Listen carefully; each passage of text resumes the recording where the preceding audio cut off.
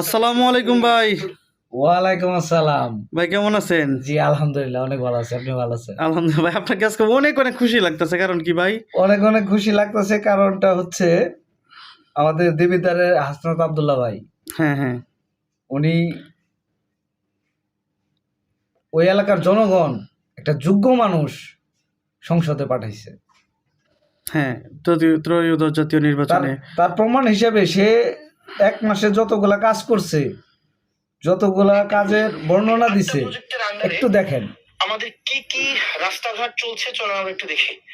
আমাদের হচ্ছে রাস্তাঘাট যেগুলো চলছে, যেমন আমাদের প্রথমে দেখেন অত্র উপজেলা জিওবি মেইনটেনেন্স থেকে চলমান যে কাজগুলো আছে, এন্টারপ্রাইজ যেটা করতেছে, এটা হচ্ছে প্রায় 1.5 কিলোমিটার রাস্তা। এটা হচ্ছে 30%। দেখেন, এটা হচ্ছে জিওবি মেইনটেনেন্স এর আওতাভুক্ত। এই রাস্তাগুলা ইনশাআল্লাহ খুব দ্রুততম সময় হয়ে যাবে। এগুলো হচ্ছে গভর্নমেন্ট মানে অলরেডি ঠিকাদারের হাতে পৌঁছাই দিছে। এবার আপনার এবং আমার কাজ হচ্ছে ঠিকাদার থেকে কাজ বুঝে নেওয়া। এবার আরো এই বিষয়গুলো নিয়ে কথা বলবো একটু পরে। তারপরে আছে অত্র উপজেলার সিসিবি প্রকল্প থেকে যে রাস্তাগুলো আছে, চলো আমরা ভাই দেখলাম তো হাসনাত আব্দুল্লাহ তার সংসদীয় আসনে সকল হিসাব জনগণের মাঝে বুঝিয়ে দিচ্ছে। এই জন্যই আপনি অনেক খুশি। এই জন্য খুশি না, শুধু আপনি বিষয়টা বিবেচনা করেন, একজন এমপি যদি এইভাবে সাধারণ জনগণের হক জনগণকে বুঝাই দিতে পারে, সেই দেশের মানুষ, সেই এলাকার মানুষজন কি পরিমাণ উন্নতি সাধন করবে একবার চিন্তা করে দেখেন। আমরা ইতিপূর্বে কখনো দেখি নাই যে একজন সংসদ সদস্য এভাবে জনগণের টাকা, জনগণের কাজ জনগণের হাতে অনলাইনে ক্লাসের মাধ্যমে হিসাব নিকাশের মধ্যে বুঝিয়ে দিতে আমি কখনো দেখিনি। এটা বিরল, বাংলাদেশে প্রথম। শুধুমাত্র তাই না, বিদেশ থেকে যে খেজুরের অনুদানটা আসে, সৌদি রাষ্ট্র কর্তৃক, এটা কিন্তু সাধারণ জনগণ জানতো না।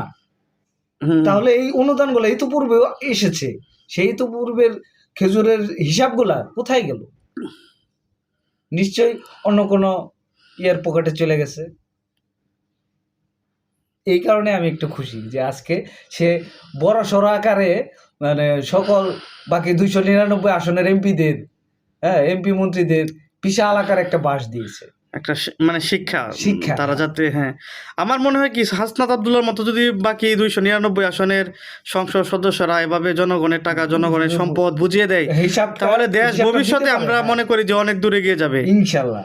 আমি আশা করি, আর কেউ আশা করুক আর না করুক, এইভাবে যদি প্রক্রিয়াটা চালু করে একের পর আপনি কি যে মাননীয় যে বর্তমান প্রধানমন্ত্রী তারেক রহমান কি এভাবে কি আপনি রিকোয়েস্ট করতে পারেন যে প্রত্যেক এমপি যাতে তাদের প্রকল্পের যে টাকা পয়সা সব হিসাব যেন হাসনাত আব্দুল্লাহর মতো জনগণের মাঝে অবশ্যই বুঝিয়ে দেয়?